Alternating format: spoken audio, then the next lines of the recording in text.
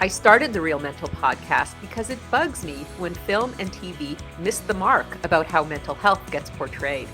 Real Mental is a podcast where a film-loving psychiatrist, that's me, talks to a film critic to help people figure out their lives by getting to the truth about mental health in the movies. Welcome, Christy Lemire, to Real Mental, the podcast where the movies intersect with mental health. Good to see you again, my friend. Thanks for having me on. Oh, well, it's such a pleasure to have you on. I really loved your perspective on the last film we talked about, so I thought it would be great to have you back and talk about this very obscure but I think wonderful movie called Living. Yes. So this earned Bill Nye a Best Actor nomination this past year. So I don't know how obscure it is. I think that maybe folks might not have heard of it otherwise, but yeah, he does beautiful work in it. And I'm a member of the LA Film Critics Association here in Los Angeles, and we gave him one of our best lead performance awards this past year for Living. Yeah, he was pretty, I mean, he's a pretty amazing actor, but he was pretty special in this role. Before we go on, I forgot to ask you, could you just remind the listeners who you are and what you do? Yeah, I'm a longtime film critic. I've been doing this for almost 25 years. I was the film critic for the Associated Press for a very long time. Now I co-host on YouTube and on a podcast. It's called Breakfast All Day. We do film reviews on our Patreon. We do TV recaps of shows like Ted Lasso and The Handmaid's Tale.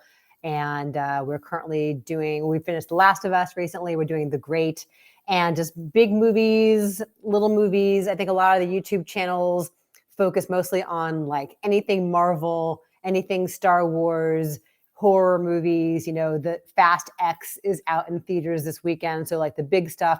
We do that, but then we also do smaller films. We will always do whatever the buzz about art house movie is, like Beau is Afraid. We will always do a really cool documentary, like we did the Little Richard documentary and the Judy Blume documentary recently. So we try to do a good mix of stuff. My co-host Alonzo Duralde and I have both been doing this for a very long time. And so I think a lot of critics out there don't necessarily have that level of experience and expertise. So that sort of sets us apart. I also do a lot of radio. I am a critic for RogerEbert.com. I co-hosted an incarnation of Siskel and Ebert that he produced about a decade ago called Ebert Presents at the Movies. So just all things movie and TV and pop culture here. Can I just say I miss Gene Siskel and Roger Ebert together. I thought that was such a great combination, and the thumbs ups and the thumbs downs. I thought they were wonderful. Oh yeah, they trademarked that thumb thing. You know, you say thumbs up, thumbs down. That's a Siskel and Ebert thing. Yeah, what they did was totally organic and magical. Like that animosity and that spark and the way that they would challenge each other was completely authentic. Like many people, myself included, have tried to recreate that magic, and no one can do it. They were both rival critics in Chicago. They literally consider one another competitors and rivals, and they would undermine each other, you know? And so when they fought about a movie, that was real. And I think a lot of folks have tried to recreate that kind of like, you're stupid, that never comes out nearly as intellectual or as insightful. So they came to really appreciate one another as the years went on. But yeah, that was a one-of-a-kind thing they created there. Yeah, I love the way they would tear each other to shreds, but in this very intelligent and respectful way. Right. And the thing with the show is that like they would introduce you to films that maybe you would not have heard of otherwise, like international films, smaller films. And I don't know that a lot of folks do that now. There's such an emphasis on like the blockbusters and the sequels and the prequels and just the franchise stuff. I recall as a child on Saturday afternoons watching Siskel and Ebert and learning about movies that I never would have heard of before. So they really did a service that I think is increasingly rare. Yeah, I agree. And, you know, when I'm thinking about this Real Mental podcast, you know, one of the things I really want to do is talk about how movies help us to understand ourselves and each other better. And sometimes it's hard to do it with a Marvel film or with one of the Fast franchise, you know, but when you have a smaller film, I think they focus more on character, they focus more on human interactions. And so we can get more of a sense of, how they're portraying this one piece of humanity. And I think we can reflect back on ourselves better with these smaller, more art type films. Yeah, quite frequently. I think, some of the smarter Marvel movies, like the first Black Panther, for example, like they're trying to get at something deeper about identity, about responsibility, Yeah. about remorse, loss, but it is underneath layers of special effects Yeah. and noise and shiny stuff and having to be beholden to the entire franchise and connect to other movies too. And so it's in there if you look for it, but yeah, Yeah. probably not as evidently and perhaps not as persuasively as a smaller kind of art house film. I agree. Yeah. So speaking of smaller art house films, Mhm. let's talk about Living. So, as you were mentioning before we got started, it's a remake of a Japanese film called Ikuru. Would you like to say something about that? Sure. So it's a remake of the Kurosawa film Ikiru, which means to live. It is so the original film and Living, which came out last year, starring Bill Nye. They're both about a veteran bureaucrat, just sort of like existing day by day. Like every day is the same. He is just nameless, faceless bureaucrat taking papers from one stack, stamping them, and putting them on the other stack all day long, over and over again for 30 years. And he's just totally closed off emotionally from society, from his family. Like he's not even sad. He just isn't. Like the sad would suggest an emotion, right? He's not even that.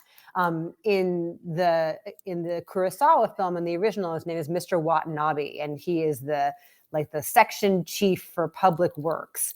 And when we see him, it's just a normal day, like every other day. He's stamping his papers and moving them along, and he has a whole team of folks who work beneath him, and they're all sort of functioning the same way because he sets the tone from the top. They're all sitting in front of their giant stacks of paper, and the goal is to never really get anything done. The goal is just to perpetuate this cycle. And so when folks come with questions or problems or complaints about the way the city is run, the bureaucrats will pass it off to the other department. Oh, that's for sanitation. Oh, that's for something else. It's for water. That's for police. It's for fire. And so their job is just to exist and just keep this going.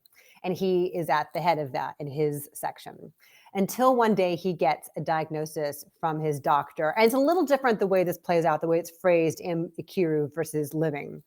But something is wrong with him, and it ends up being stomach cancer.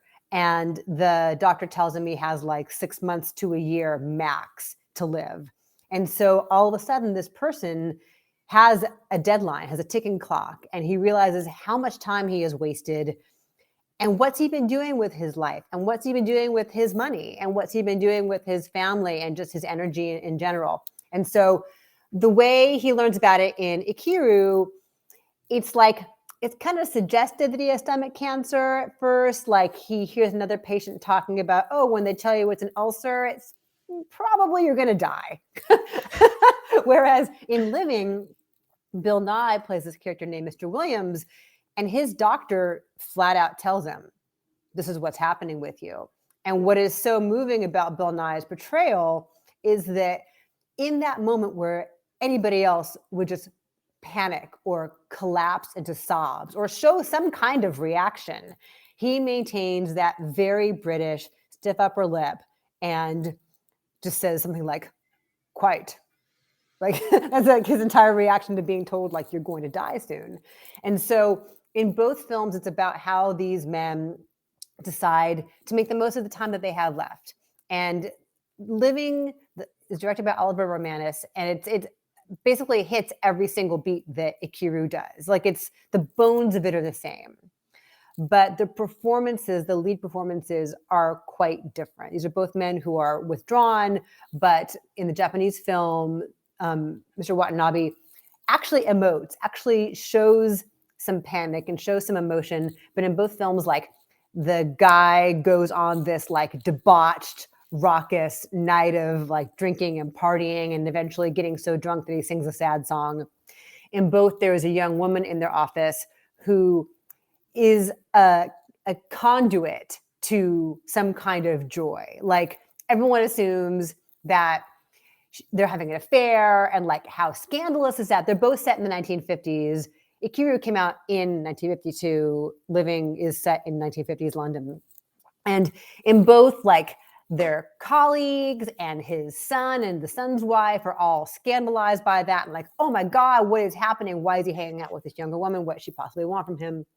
But really, she's alive, right? She is experiencing joy all the time in the littlest things, and he wants a piece of that. And so he's constantly seeking her out for, dinner or whatever, or going out for tea or whatever it is. And then eventually he finds his purpose in a piece of paper that had gotten passed off mindlessly. It's this park that a bunch of the moms want developed in their neighborhood, where it's just decrepit and there's sewage and it's really unsafe, and they need a safe place in the neighborhood for kids to play. And so this then becomes his mission. And the central image in Ikiru we see again in Living. I don't know how much I should go into like spoilers. I mean, but this movie's been out for a while. So the central image of him sitting on a swing in the park in the snow, and the end is near, but he's finally achieved a sense of purpose and a sense of joy. Like there's melancholy to it, but he feels like he's finally done something with his life. And so they're very, very similar. The Ikiru is out on HBO Max if you want to find it there. I'll have to look up while we're talking and see where Living is streaming, but it's somewhere. But they're both really lovely. And what is so cool about them both is that this could have been a really facile platitude about like, get living because we're all going to die. It sounds corny almost, right? It sounds so cliche, but there's such understatement in the way that both stories are told that it really resonates. And I think, one of the things I really thought was very well done and very true to life is how easily we can slide into this kind of shut down, numb, almost oblivious emotional state where we're just kind of coasting along. We're not connected to our feelings. We're not connected to other people. We're just kind of putting one foot in front of the other without any conscious awareness. And I think it's really showing how easy it is for people to just kind of get into that rut. And it's kind of like a warning that, don't wait till you're dying before you start living, because, better to have 20, 30 years to live rather than, a few months. And so I think it's a really good wake-up call for people who have kind of slid into this kind of dull, numb, sort of emotionless state, that it is something we all are susceptible to, and we have to be vigilant and aware so that we don't just kind of go through the motions. Because, okay, his case was extreme. He was very shut down, but even if we're not that shut down, we can still be kind of going through the motions and not really living a meaningful, purposeful, joyful existence. And so the movie is really a wake-up call, saying, wake up, pay attention, live purposefully, live with intention, live with joy, live with consciousness, because it's not infinite. We all have a ticking clock. We just don't necessarily have a time limit put on us like he did, right? Couple things. Living is streaming in a bunch of places. It is on Apple TV Plus. It's on Amazon Prime Video. It's on Vudu. So like anywhere where you can, rent a movie for a few dollars. I'm not sure where it is in Canada, but at least in the US, it's available in a lot of different places. Yeah. So there was that. I think too, with the pandemic, I think we all got into this mindset because we didn't know. We didn't know a whole lot for a long time. And so I think for a long time, we felt like it was just safer to stay home and hide, right? Yeah. It was safer to get into a rut at home than go and connect with people. That is, one thing in which I think we can maybe relate to this kind of story now is that people felt fearful. People, hid at home. People didn't know how to reconnect with the outside world again. Do we hug? Do we shake hands? So I think for that reason, it was easy for one day to like lapse into the next and to lose track of time and lose track of purpose. There's that. No, you're absolutely right. And I think when we get frightened, it's very common for us to become emotionally shut down. It's kind of this protective device, right? We will just shut it all down so that we don't have to feel the anxiety.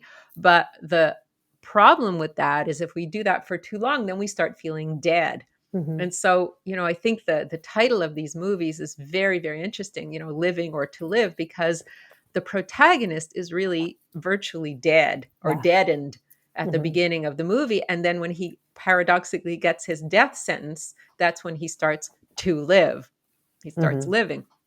But we in response to anxiety or fear or discomfort or past trauma can shut down and stop living. So that protective mechanism is not really constructive, for more than a very short time. And so we need to, again, be vigilant not to automatically go there and stay there, because then we're not living. There's a scene in both movies where he is having tea with the young woman who is his coworker, and she feels comfortable enough with him at this point to confess to him that she has funny little nicknames for everybody in the office. And I think they changed it for Living. I think she says he's a zombie Hmm. in Living. In Ikiru, she says, do you want to know what yours is? I call you the mummy. And that becomes a running thing that they talk about. But they're the same kind of creature. I mean, they're dead inside, right? And just sort of like stumbling through life. And so that speaks to what you were just saying, that he's essentially dead inside because he's just not connecting at all. I think one lesson too about this movie is, and this also could have been corny and also could have been trite, is that you just never know what other people are going through, right? No one knows what he's going through because he doesn't tell anybody. He doesn't even tell his own son. Like in both films, the son acknowledges at the wake, like, I wish I'd known. Why didn't he tell me? You may think people who are close friends or colleagues, or you think, you see somebody sitting across from you on the sidewalk, or someone that, bumps into you on the street because they're in a bad mood. You just never know what anyone is going through. And this guy hid this from everybody for a really long time. And I don't know why. Maybe because he didn't want to burden people with it. That's maybe Well, part, or not want to face it totally. I don't know. yeah, it's hard to know because they don't give us a lot of context, but it sounds like his relationship with his son became more strained and more estranged because of two things. One, the loss of his wife, the son's mother, and the other, the presence of the new wife, who seems to be quite negative toward the dad, right? Like, so if the son is aligned with this more negative figure, perhaps he was afraid that he would say to the son, this is what's going on, and the son would be unsympathetic or unsupportive, and that it might break his heart to learn that the son didn't have a loving, supportive reaction, so he would rather not tell him at all. And perhaps, yeah, perhaps he was protecting him. Maybe it was a bit of both. So I can only speculate, but it's interesting that he told this young woman Mm-hmm. the truth about his situation, because she's somebody he didn't feel nervous about, whatever her response would be. He didn't have stakes in it, right? He didn't feel that he was burdening her because she was so full of joy, and he didn't worry about her response because she wasn't part of his, social circle or his family. So he could unburden himself with her. And then she did end up being very compassionate and very, very sweet with him, even to the point where she was saying, we can't keep hanging around. It's not appropriate. You need to spend time with people your age, and I need to spend time with people my age. So she was a sensible young woman as well. Like she had her feet on the ground. Mm-hmm. And even before he tells her, in book movies, he tells the stranger at a restaurant. Like, that's Yes, easier for yes, him, yes. right? To unburden yourself. I guess it's the notion of like going to confession if you're Catholic. Like, it's easier to tell somebody with this partition between you about all the awful things you've done versus like telling your spouse, telling your kid, telling your siblings, whatever. And so he tells this guy, and sort of luckily happens to have found just the right person who not only will listen to him and is concerned, but is like, I know what you need. You need to go have fun because you've never had fun and you need a new hat, a fun hat, not a sensible one like the one you've been wearing. And so in both films, he goes out and has a night on the town and is drunk, and it's jazz clubs at both places. So I think that's a nice touch, and that feels kind of true to life too, right? That you can just tell somebody, and it's like you said it to the wind, right? Like there are no repercussions for telling the stranger. But that is very, very true to life, because, like we'll get on a train and we'll have this very intimate conversation with a total stranger that we'll never see again, right? It's like there are no stakes. I think it's because there are no stakes, right? There's nothing we're going to gain, nothing we're going to lose. If the person cares, doesn't care, we don't worry about burdening them because they're a stranger, so they're not going to be burdened because they don't care about us that way, right? So there are no stakes to sharing, to unburdening ourselves to strangers. Or repercussions, Yeah, right? exactly. No judgment. Like this is not going. Yes. They're not going to hate me forever. I'm not going to ostracize myself because of this. Exactly. So that, I think that's, like you said, it's a very true to life thing, how we will unburden ourselves to strangers or to people who, there are very few stakes involved. I like the fact that at the end he didn't just become more aware of these women in the community and go to help them, but he also was aware of this young man and the young woman and wanting to help them. He wrote a letter to the young man about, don't stay in this office if they don't change, don't become like me, don't waste your life, live your life, be happy. And then at the end we see the young man with his young woman friend, and they've coupled up, and it feels hopeful that this young man is not going to follow in the same footsteps. So that's different from the original. In the original, they don't give the young woman as much of an interior life. And that does not happen. I feel like that's maybe an improvement in the Kazuo Ishiguro screenplay for the remake, which also got nominated for an Oscar. I feel like giving her more of a complex character and giving her more of a trajectory feels modern, like feels true to the source material, but feels like a thing that maybe in 1952 a filmmaker wouldn't have necessarily thought to do. And so that I think is an improvement for sure. But the way he takes care of all of the housewives, like there are like shot for shot, there are some identical things. Like when he decides to actually leave the office and go see what's happening in the city, it's raining at the potential construction site, and he steps out and he's just like magnetically drawn to this place, like this is his purpose. And one of the housewives like comes behind him with an umbrella and stands behind him. That's an identical shot. Like the camera angle and everything is the same in both films. So that's a nice touch that he feels. So at that point, he is so transformed that he feels like, I don't care that it's raining. I don't care that this is dirty. I don't care that this place is dangerous. I don't have time. I have to get this done. Yeah. And I think it's funny how life works. And this is also very true to life, because it's funny how, we feel like I have all the time in the world. I have all the time in the world. I have all the time in the world. And then very suddenly, oh my God, I have no time left. There's no in between where, maybe I should start thinking about it. It's like, you go from feeling like you have all the time in the world to feeling like, holy crow, there's like very little time left. What am I going to do with my last little while? So I think that urgency, most of us don't get it until late or too late. And if only we could have that sense of urgency sooner, right? When we still feel like we have all the time, but we also have that sense of urgency, because time goes fast. It goes really fast. And, it will go fast, whatever we're doing. We could be wasting it. It's still going by. It doesn't slow down if we're doing nothing. So I think the movie is really reminding us that, that sense of urgency, maybe not panic, but a little bit of urgency is not a bad thing. But in both films, though, you see, again, spoilers for those of you guys who have not seen it, but in spoilers, FYI, in both films, the colleagues at the office like feel renewed in their sense of like, okay, we've got to live by this guy's code. We've got to like live up to his standards. We've got to honor his memory and his legacy. We're not just going to mindlessly shuffle papers around and blow off our constituents. Like we've got to actually serve the people. This is our calling. And in both films, you see like a complaint comes in that an actual human being could do something with, and like get scolded by a superior and sits back down again. And so like that's a nice idea. The feeling they have in Ikiru, they get wasted. They're drinking sake and they're just like, we're not gonna just do this anymore like we used to. And that's because the remake is British. It's a little more restrained, but like they all also are like, we're gonna honor this man.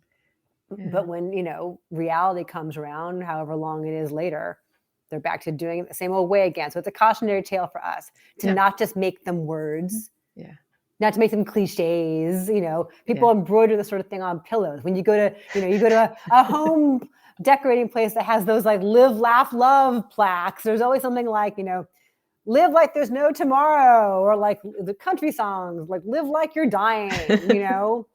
And that's what this movie actually is. But it's a totally different thing to put that notion into practice. It's harder. Well, it's hard to live, you know, like it's hard because you have to risk. You have to risk feeling things. You have to risk getting hurt, getting disappointed. You have to risk failure.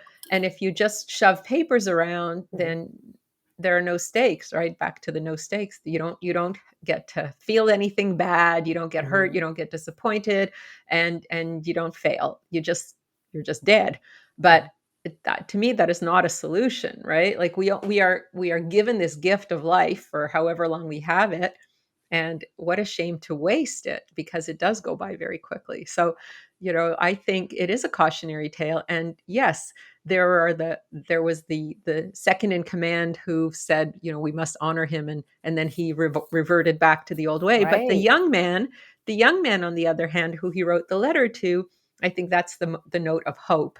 The young, the you know, the most recent person in the office, who at the very beginning of the film, you see him just meeting them that morning, right, at the train station, and I think this young man who also gets together with the young woman, which is also a good sign. You feel hopeful that he's going to have a different kind of life because he's with this young woman who has joy and who has hope, and he has this mentoring from Mr. Williams. And, you know, don't end up like me. So perhaps the rest of the office has succumbed to that, you know, numbness. But maybe that young man has an opportunity to live a real full life, a life with meaning and purpose. And, you know, people wonder sometimes, you know, oh my gosh, how can I get meaning and purpose? It's so hard. I can't think of anything. But you know, it doesn't take that much to have a meaningful or purposeful existence, right? You don't have to be saving the world. It's just find something you're passionate about. Find something that means something to you, and keep doing it, right? And do it now, right? Like, what are you waiting for? Exactly. Like I always would tell my patients when they, you know, in psychotherapy, when they would say, yeah, I'll get to it when X, Y, Z. And I say, well, X, Y, and Z might never happen. You might want to get to it now. Right. It's easy to make excuses like, oh, I need to do this first. I need to lose 10 pounds. You know, I need to do whatever. I need to get my finances in order. Whatever it is, like there's easy roadblocks we put up for ourselves, right? Well, again, it's fear. Like when you think of those guys, I didn't see the Japanese film, but when you think of the British version living, underneath that placid, dull exterior, I think is just a lot of fear, right? Fear of disappointment, fear of hurt, fear of failure, fear of disappointing others. And so we just don't try, right? But then we don't live, and we don't get any good out of life. And I think some people get comfortable in being miserable, right? There's like familiarity to it. Like, this is the rut that I'm in and I know it. It sucks, but I'm comfortable. So I'm just gonna stay here. Yeah. And they do, and they stay and they stay. And that was our Mr. Williams, but he got jolted out of his rut with like he got bombed out of it. And I think the movie is telling us, and, you know, in a very lovely way, don't wait to get bombed out of your rut.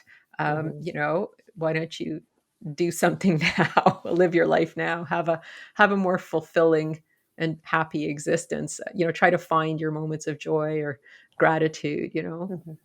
And both these films take place post World War II, right? So the original came out in 1952. I believe that Living probably is set around that same time. I know it's 1950s London. I can't recall what year it is exactly. But I wonder what they're saying about also like the larger perspective of like trauma, right? Collective trauma, and how to shake yourself out of it and find purpose again. I wonder if that feels like an underlying premise in both of these films. That's very astute, and I absolutely agree with you. I think that, you know, our one of our biggest responses to trauma is to go numb, because Mhm. it feels so overwhelming and we get so hopeless. So we just shut down. And so we can have this collective numbness, post traumatic experience of a great war. And I think you're right. I think it's, how do you get beyond the trauma and start living? Because if you don't, then the trauma wins, right? The war is still going on, Mhm. even if it's over.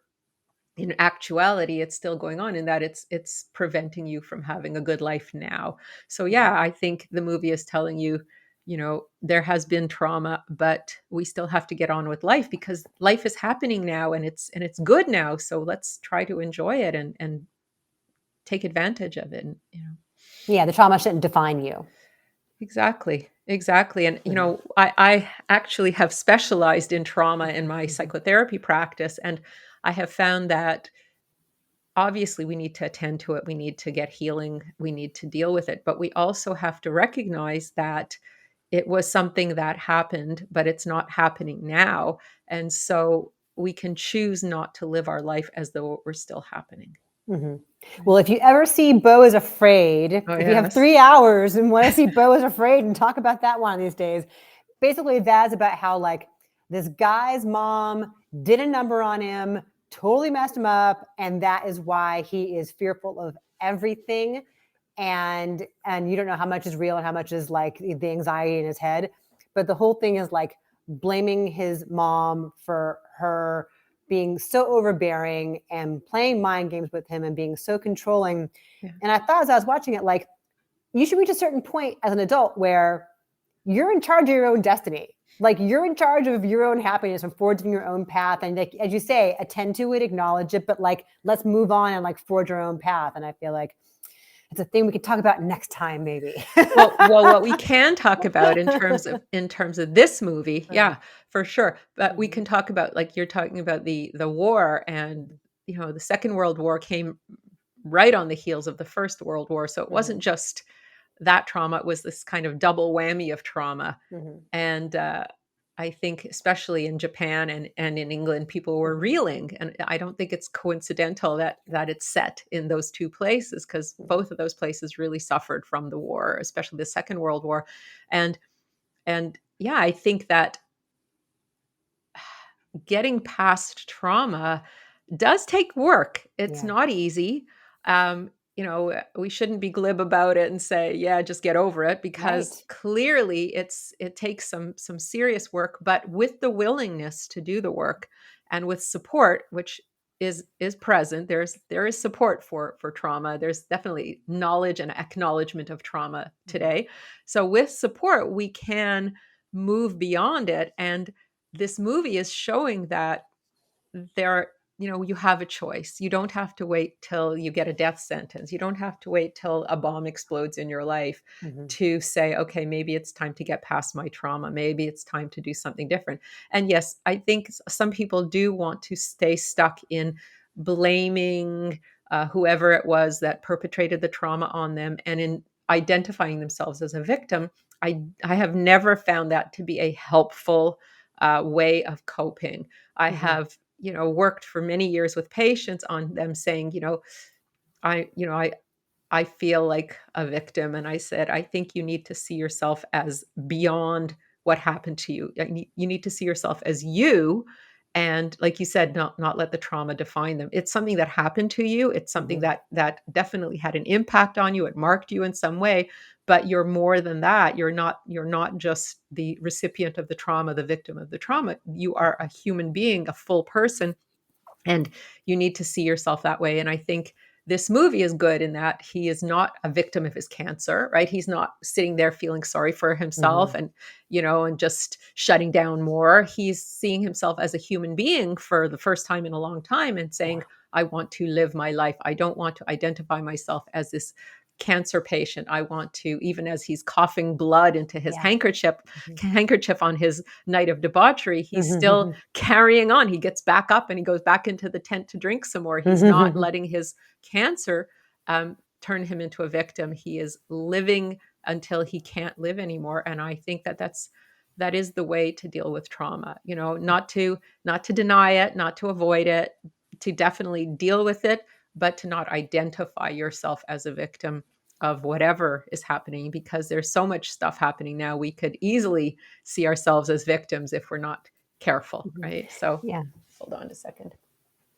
And both of these men lived at a time where they didn't have the language to explore all of that, right? And didn't have as much of like a sounding board like you to reach out to someone and confide in them and talk to them. So, or therapy in the 50s. Who did it exist? Who does that? So like, I think, we are with the benefit of having many opportunities to explore trauma and how we feel and how we move forward. But these are men who just did not have that opportunity back then.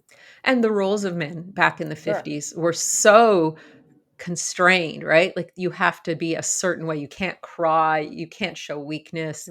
You have to have, especially in Britain, that stiff upper lip. You said, what is it? Keep calm and carry on. Keep calm and carry on. There you go. Yeah. So it's, they had such a narrow scope of what was permitted to them. And it's very unfortunate, but amazingly, Mr. Williams was able to break free from his shackles and be goofy and be foolish and be risk-taking, to show up at the cafe where the young girl works and to start talking to her when she's working, and to risk public censure, to risk his family being aghast. He really stopped worrying about his social role and just said, to heck with it. I'm just going to be me. I'm going to live because I have no time and I don't want to worry about those things. And that again is a wonderful reminder that we don't need to get a cancer diagnosis. We don't need something catastrophic to happen before we say, I'm just going to live my life and be myself and stop worrying about what's expected of me in my society, and not have to like live within this little box of expectations. And Bill Nye is so great in this movie and so deserving of his Oscar nomination. I mean, he's been around forever, but like the stoicism and like the dry delivery that has like long defined his screen persona is so perfect here, because like when there are tiny cracks in it, like when he allows some emotion to show through, it's thrilling or heartbreaking. Like it's momentous in the smallest ways. So I'm pleased that his performance got him some much deserved recognition. How did you find this movie? As you say, it's kind of a smaller film. How did you end up watching it? Oh, I'm always on the lookout for those kinds of films that are more human, that have more of a personal approach, that are talking about little things that are really important, big things. I don't even know. I'm always, I'm always on the lookout for stuff like that. And in Toronto, fortunately, we do have a really good film going community. So we do get good films. We do get foreign films. We get small art house films. We have a few theaters that are dedicated just to those kinds of movies, which is very, very fortunate. And so there's a very dedicated audience in Toronto. We have the Toronto Film Festival, International Film Festival. So, we have enough of a fan base that we can bring films like that to the city, even though we don't have the population necessarily. Like we have 3 million in the greater Toronto area, but we still have enough of a desire. So I'm very, very fortunate that these films do come and we're able to watch them and enjoy them, because I think they're just wonderful as pieces of art. Like this movie was, I think, just a gem, just beautifully made from beginning to end, beautifully acted, beautifully filmed, just emotionally so moving and beautiful, but not maudlin, not sentimental, and just very inspiring in terms of the message. So I think that we're lucky to have films like that, because they are the kinds of films that really bring that intersection of mental health and the movies to that perfect place, where you can go, yes. For sure. Well, Christy, is there anything else you'd like to say before we go? No, we got into a lot of it. Thanks so much for talking to me. And I love the costume design. I'll say that. I love all his pinstripe suits. Like everything that she wears is perfect. Yeah. So flawlessly from production and costume design perspective, this is a lovely film as well. So you're recommending people to go see it? Oh, it's great. Oh yeah, no, it is. It's very affirming without being maudlin. That's a tough balance to find. Yeah, well, thank you again, Christy Lemire, for coming on the Real Mental newly launched podcast to talk about this movie. And now I have to go and watch Beau is Afraid. I mean, it's traumatic. It's 3 hours long, but it's very divisive. So I'd be curious to hear your thoughts. But yeah, it's a lot. I'll give it a shot. Yeah. Okay, well, thanks again for being here. Talk soon. Thank you. Thank you. See you soon.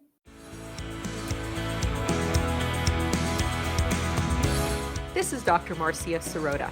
Thanks for listening to the Real Mental Podcast. Please leave a review and your comments wherever you listen to podcasts. And don't forget to sign up for my free newsletter at marciasirotamd.com. While you're at it, why not check out my Ruthless Compassion podcast with over 140 episodes and counting? And if you have any ideas for guests for either Real Mental or Ruthless Compassion podcasts, please email us at info@marciasirotamd.com. Happy listening!